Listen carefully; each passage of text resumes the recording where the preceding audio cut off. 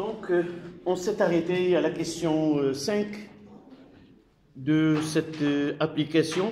C'est l'établissement du courant dans un circuit RL. Je rappelle brièvement les questions que nous avons traitées.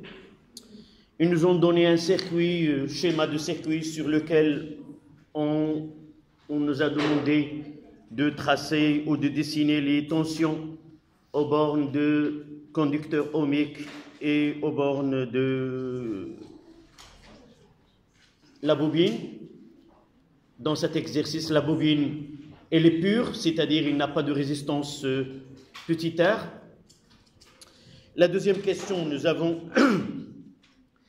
cette représentation, c'est une représentation qui est conventionnelle, en convention récepteur, c'est-à-dire le sens de la flèche qui représente la tension, elle est en opposition avec le sens du courant électrique, du sens conventionnel. Puis il nous a demandé de nommer le phénomène dans la partie ou dans le régime permanent. Nous avons dit qu'au cours du régime permanent, la bobine présente ce qu'on appelle le phénomène d'induction ou d'auto-induction, qui est tout simplement, il s'oppose à la variation de courant électrique au cours qui traverse cette bobine. Quatrième question, en appliquant la loi d'additivité des tensions, établir l'équation différentielle que vérifie l'intensité de courant électrique. Je vais la reproduire ici. CL dt sur dt plus RI est égal à E. C'était l'expression la plus simple, sans diviser ni par L ni par R. Et on la garde de cette façon-là parce qu'on va l'utiliser par la suite. Donc, trouver l'expression de I en courant de IP, le courant électrique en régime permanent, en fonction des paramètres du circuit. Et parmi les... vous voyez que dans cette application, nous n'avons pas passé par la résolution de l'équation différentielle. Ils n'ont pas donné l'expression générale de cette solution qui est I de t est égal à A exponentielle moins t sur tau plus B. C'est la solution générale de l'équation différentielle de ce type, qu'elle soit RC ou qu'elle soit RL. Mais ils nous ont demandé d'arriver à cette IP sans passer par la solution de cette équation. Comment nous avons fait? Ou comment? En réalité, sur vos cahiers, on a procédé par cette méthode-là, c'est-à-dire avoir l'expression générale de la solution, et nous avons fait la dérivée, et nous sommes arrivés à la fin à donner l'expression de I de t est égal à IP, 1 moins exponentielle moins t sur tau, comme facteur de ce IP. Mais ce que nous oublions toujours, c'est que cette équation différentielle, dans son, si vous voulez, si j'ai le droit de le dire, dans sa philosophie, c'est elle regroupe tous les états de I est égal à 0 jusqu'à I est égal à IP, à l'intensité constante. Si on nous demande de calculer une grandeur dans cette équation, à n'importe quel instant, je peux utiliser cette équation différentielle pour arriver à cette expression. C'est-à-dire, je peux mettre à l'instant t est égal à 0 et remplacer I par I0 et arriver à l'expression de toutes les grandeurs que je peux demander. Dans le régime permanent, essayons d'arriver à IP sans passer par la résolution de cette équation. En régime permanent, en régime permanent, qu'est-ce que nous avons? L'intensité de courant a atteint sa valeur maximale et la bobine se comporte comme quoi? Nous l'avons dit, comme un conducteur ohmique de résistance telle. Mais dans ce cas-là, I est égal à IP. Et d du i sur dt est égal à quoi? Si l'intensité elle est constante, sa dérivée elle est nulle. Et je remplace dans cette équation-là. Et ça donne L fois 0 plus R IP est égal à E. Et de là, je tire que IP est égal à E sur R. Voilà une façon très simple d'arriver à l'expression du IP ou de l'intensité maximale sans passer par la résolution de cette équation. D'accord? On aura l'occasion d'utiliser fréquemment l'application de cette équation sans passer par sa solution.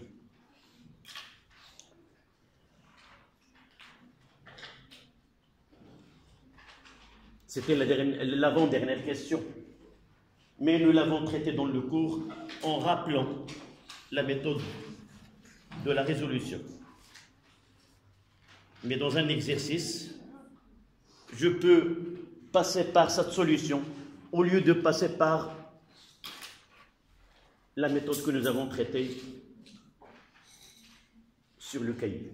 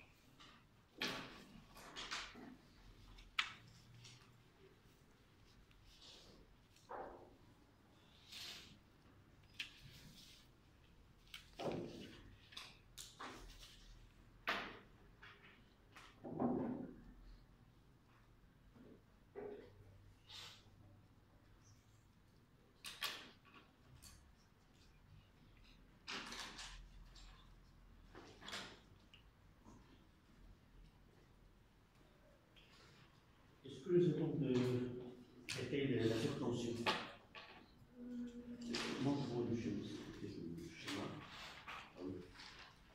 Nous avons commencé par parler de la surtension lorsque nous avons parlé de la diode.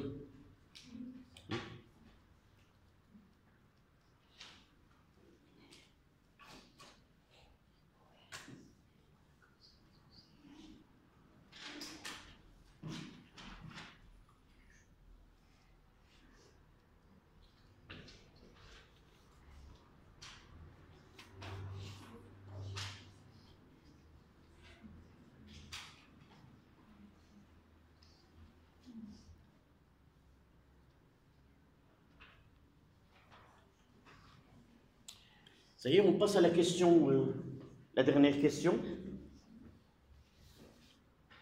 Déduire l'équation différentielle que vérifie UR la tension aux bornes du pôle ohmique.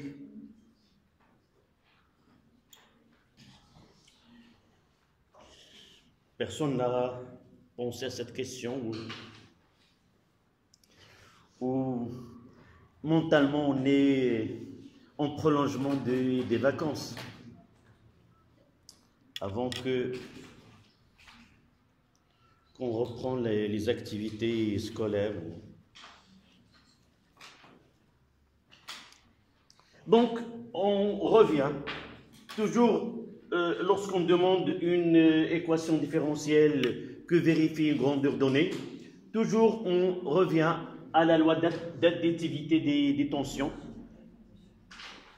Et je commence par UR plus UL est égal à E. Donc,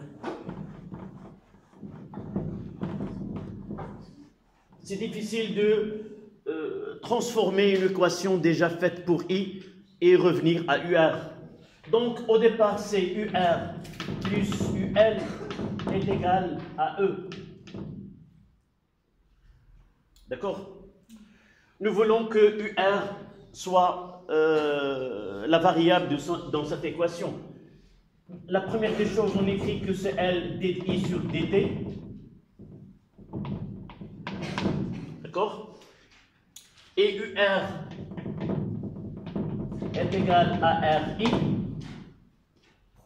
Et comment je peux rendre uniquement cette équation comme variable, aura comme variable uniquement UR? Pour substituer UL, il faut le lien entre les deux, c'est I. Donc, pour faire entrer UR dans UL, il faut dériver cette expression. Donc, ça donne D de UR sur dt est égal à R D de I sur dt. D'accord? Si je reviens, donc là, dt est égal à quoi? dt sur dt est égal à 1 sur R d de UR sur dt. D'accord? Donc il suffit de remplacer dans l'équation E, dans l'équation 1, et on aura UR de d plus UL, c'est L fois quoi? Fois dt, donc L sur R, d de UR sur dt est égal à E. Voilà ce qu'il nous demande, l'équation que vérifie UR. Donc je dois l'écrire d'une façon dans la même ligne. C'est UR de t plus L sur R d de UR sur dt est égal à E.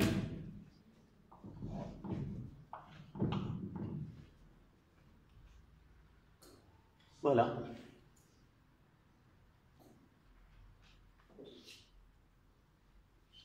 Celle-là est plus facile.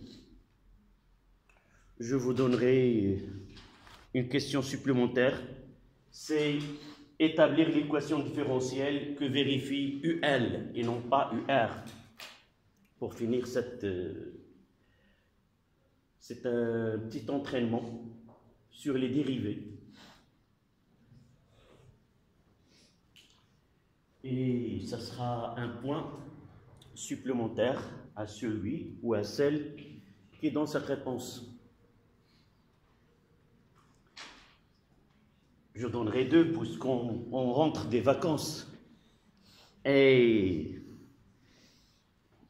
on n'est pas à une bonne forme.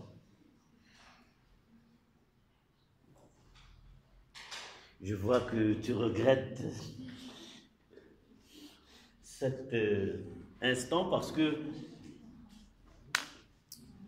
tu veux bien commencer le deuxième semestre avec 2 points. C'est pas grave, la prochaine fois, Inch'Allah.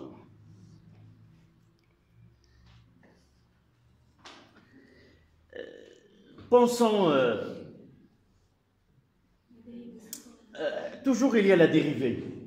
Sauf que dans ce cas-là, je réécris cette équation d'une autre manière. C'est RI plus UL est égal à E. Le fait d'écrire cette équation de cette manière, il nous donne l'idée de résoudre. Quel est le lien entre UR et UL? C'est là. Donc, si j'arrive à dériver cette équation de d de 2 sur dt, ça donne quoi? C'est R d de i sur dt plus d de ul sur dt qui est égal à combien? 0. Et c'est d de i là.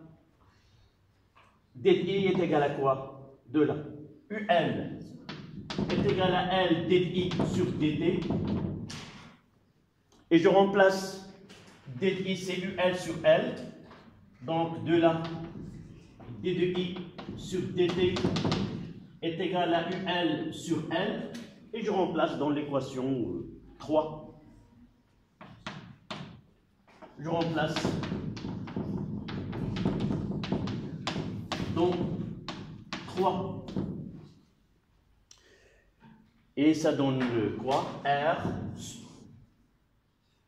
sur L. Je vais l'écrire d'une façon définitive. R sur L fois UL,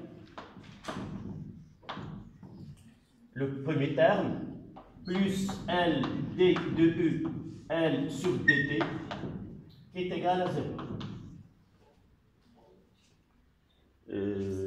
Non, il n'y a pas le L ici. Voilà. Là, c'est R. L, c'est UL sur L, plus D de UL sur dt est égal à 0. Si on veut généraliser, on aura ici, au lieu de R, c'est R total. Et R total, ça sera R de conducteur ohmique plus la résistance de la bobine. Voilà les deux équations qu'on peut avoir dans un exercice ou dans un devoir. Établir l'équation différentielle que vérifie soit UR, soit UL ou UB. Ça dépend de l'exercice.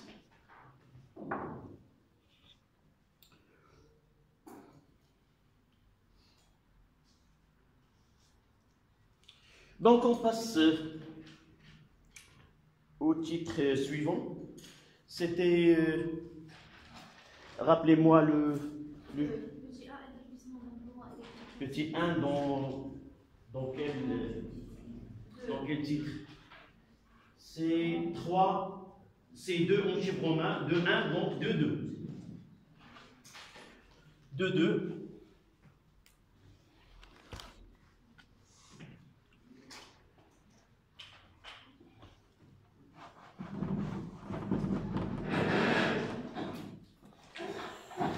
De réponse.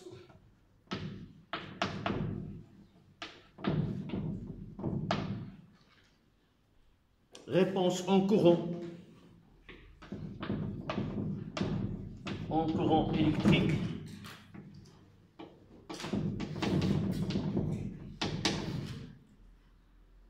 Lorsqu'on ouvre l'interrupteur.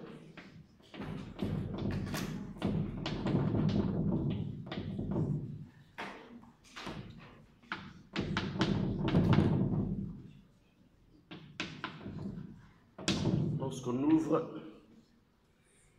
l'interrupteur.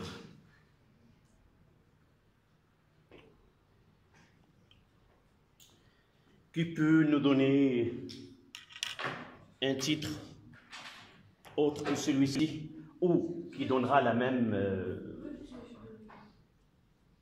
réponse? Non, nous avons dit un titre qui est diplomatique. Non? Non? Non?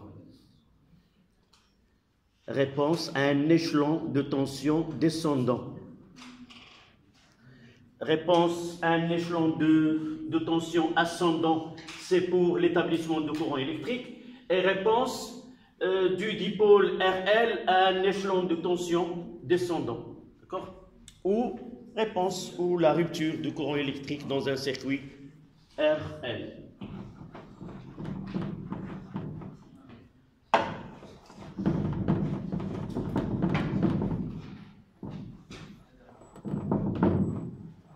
Là, on va faire purement théorique et arriver au cours de ce paragraphe, on va essayer de faire une étude dimensionnel du taux. Donc, au cours de cette rupture, on aura uniquement UR plus UL est égal à 0. Nous avons déjà schématisé le circuit où il y a un interrupteur qu'on le bascule de la position 1 à la position 2. La position 1, c'est l'établissement du courant électrique. Et la position 2, c'est l'ouverture du circuit et le basculer vers la position 2. Et c'est là où nous avons parlé de la surtension et l'utilisation de cette diode sur le schéma que nous avons déjà tracé. Donc, cette équation différentielle, c'est à laquelle obéit l'intensité du courant électrique, ça sera RI plus L dI sur dt est égal à 0. C'est l'équation différentielle lors de la rupture du courant électrique dans un circuit RL. Nous avons ici un exemple de bobine, ce qu'on appelle un self, c'est-à-dire il n'a que l'effet inductif, mais le côté, la résistance, elle est négligeable. Donc la solution,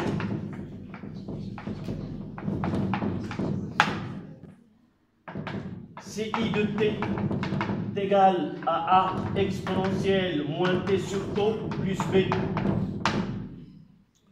On s'entraîne davantage à arriver à l'expression de I de t.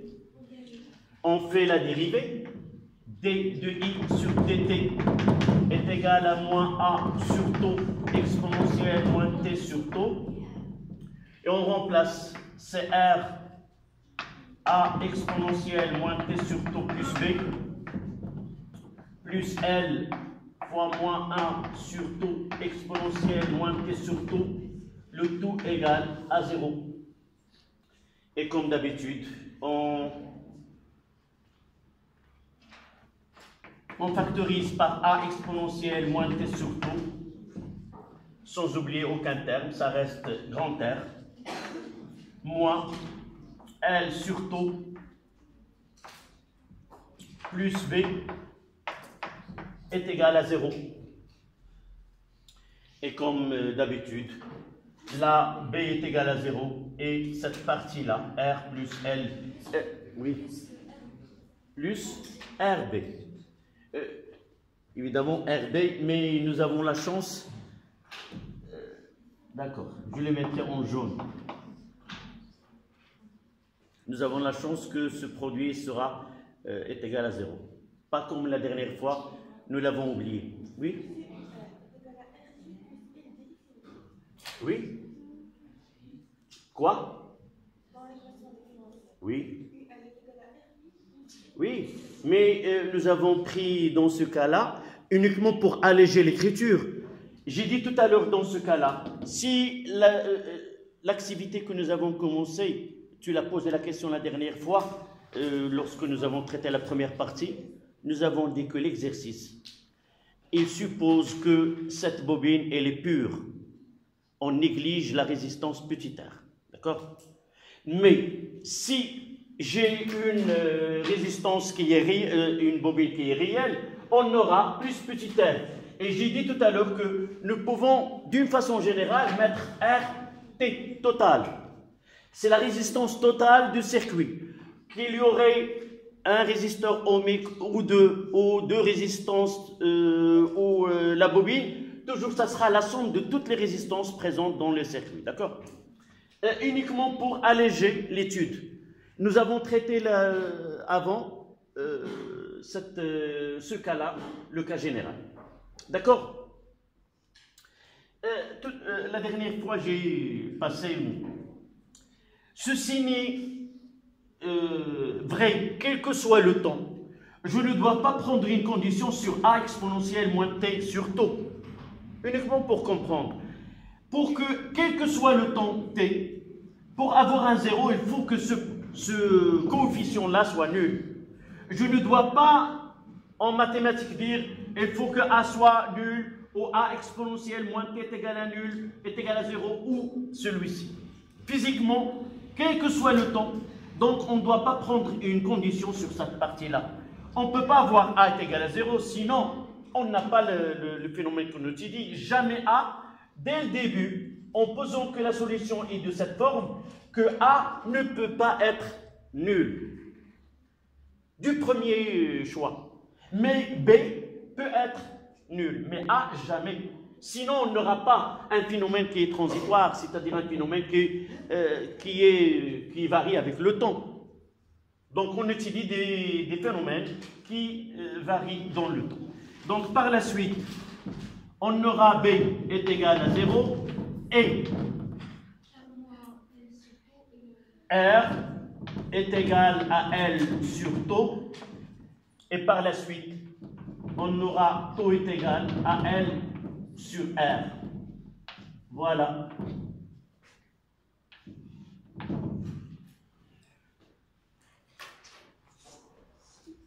Et on donnera l'expression finale de I de T.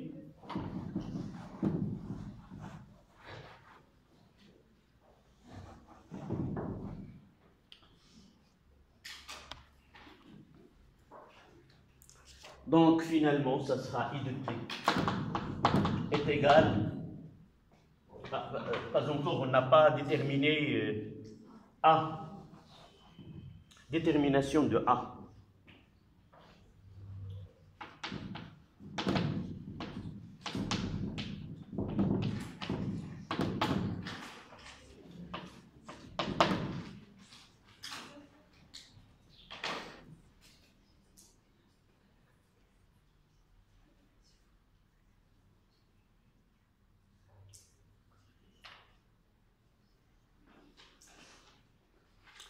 Comment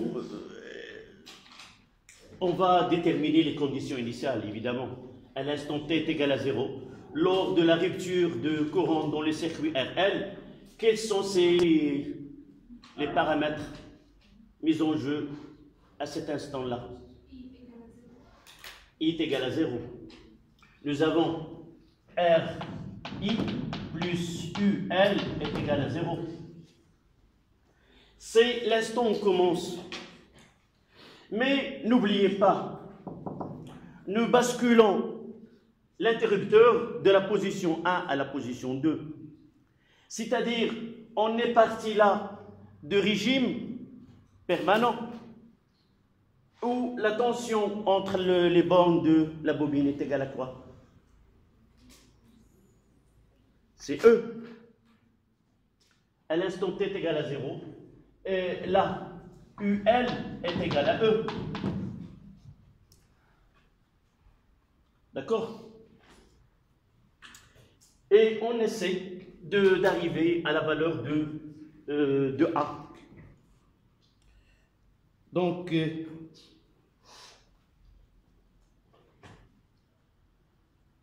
on remplace, on écrit là, détermination de A. AT est égal à 0. Nous avons I0 est égal à IP, qui est égal à E sur R. Il y a une continuité. Je refais le schéma pour bien comprendre. Là, c'est IP. Et à partir de là, qu'est-ce que je vais faire? Il y a une rupture de courant. C'est-à-dire, il va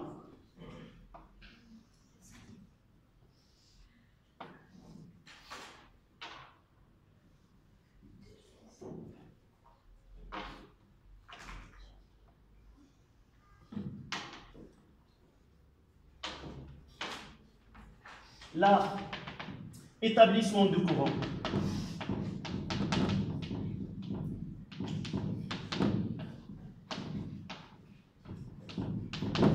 Et de l'autre côté, c'est rupture.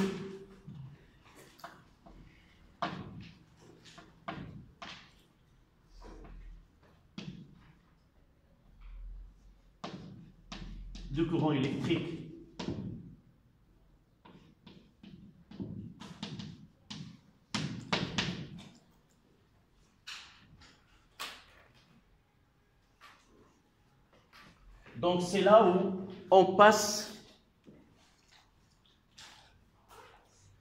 Là, c'est la position 2. K est en position 2. Donc à l'instant t est égal à 0, l'intensité de courant que nous avons, c'est IP. Donc, de là, et on revient à ce I de 0 est égal à A exponentielle moins T sur taux, qui est égal à E sur R, et par la suite A est égal CE sur R.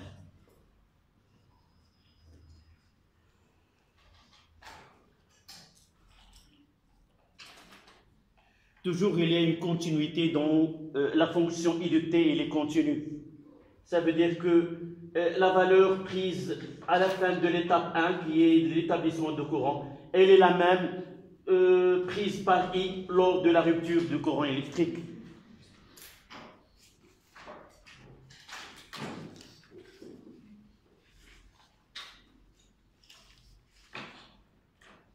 Et maintenant, nous pouvons écrire que I de t est égal à E sur R exponentielle moins T sur taux.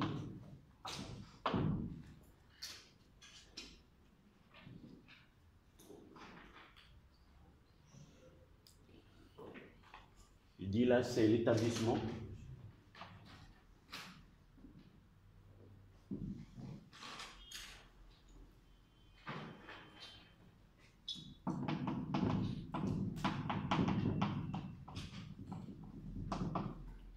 Du courant électrique.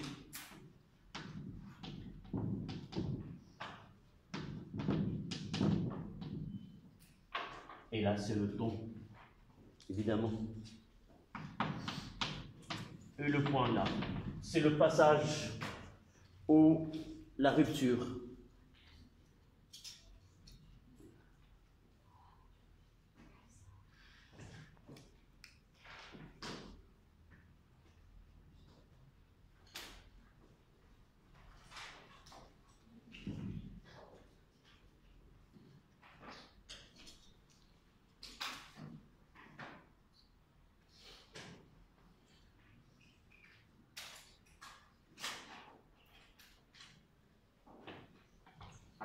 Si nous voulons l'expression de UL et UR, les deux, on déduire les expressions de UL et de UR.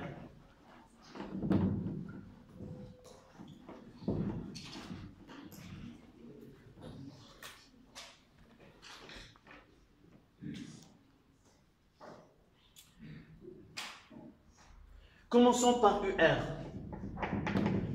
de T.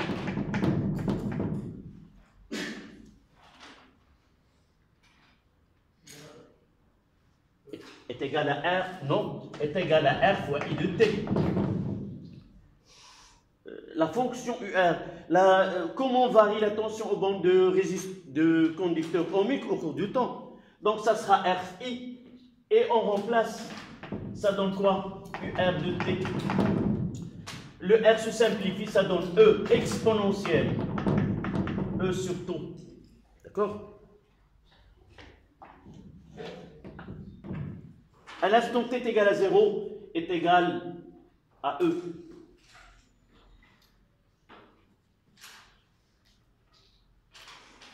Uniquement, j'ai remplacé I de t par son expression au cours de la rupture. Pour UL, toujours penser à l'équation, à la relation qui relie les tensions ou la loi d'additivité de tension. Plus UR est égal à 0. Donc UL est égal à moins UR. Et par la suite, UL est égal à moins E exponentielle moins T sur taux.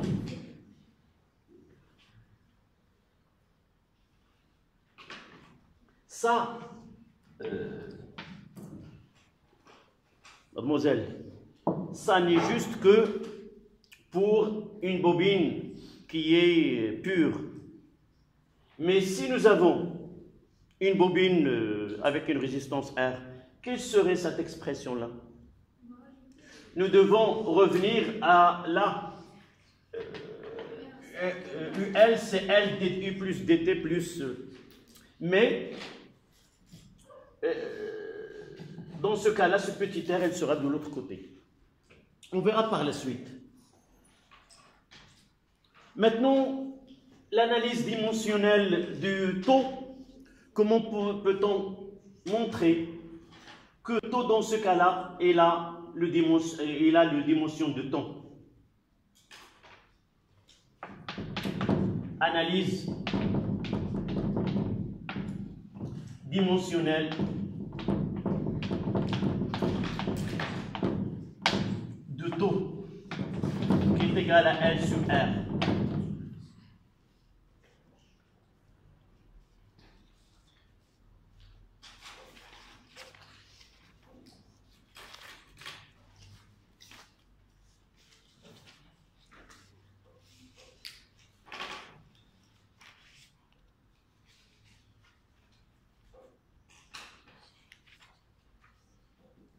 D'accord? Donc, comment on va procéder? Oui.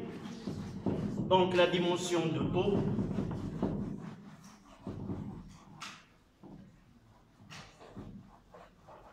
Donc, je peux écrire que la dimension de taux est égale à la dimension de L fois la dimension de R moins 1. Tu n'as pas écrit...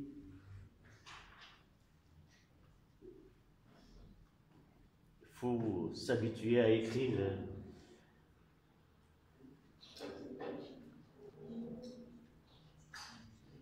Donc, d'où je peux déterminer la dimension de L à partir de UL. C'est L dI sur dt. Et je veux mettre une façon de... Ça, c'est une tension. Et là, c'est L. Fois une intensité, c'est en ampères. Divisé par le temps, c'est T moins 1.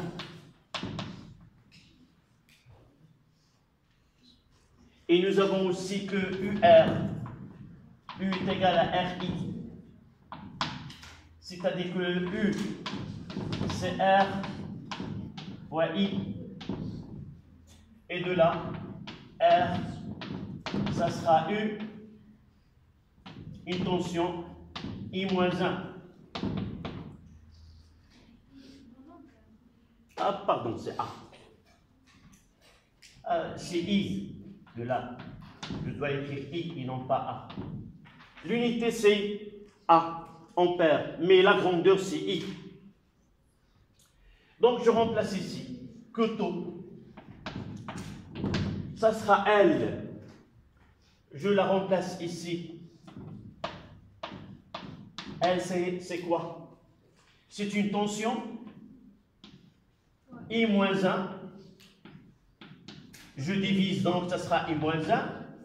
Et si je divise, ça sera T. Donc je remplace ici. Ça sera une intensité. Une tension fois une intensité fois moins 1 fois T fois R moins 1, ça veut dire U moins 1 fois I. Et on voit que U avec U moins 1 et I moins 1 avec I, et ça donne que taux est là les dimensions d'un temps. Donc, il s'exprimera en système international par la seconde. Voilà. L'analyse dimensionnelle de taux.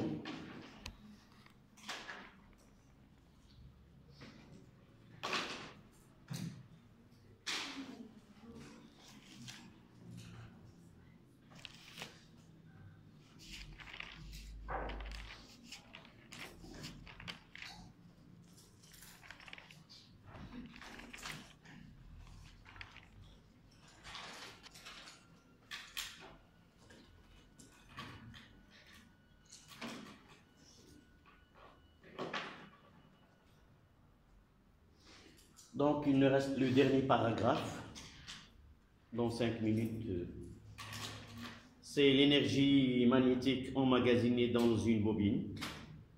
Oui, une application, un petit exercice d'application.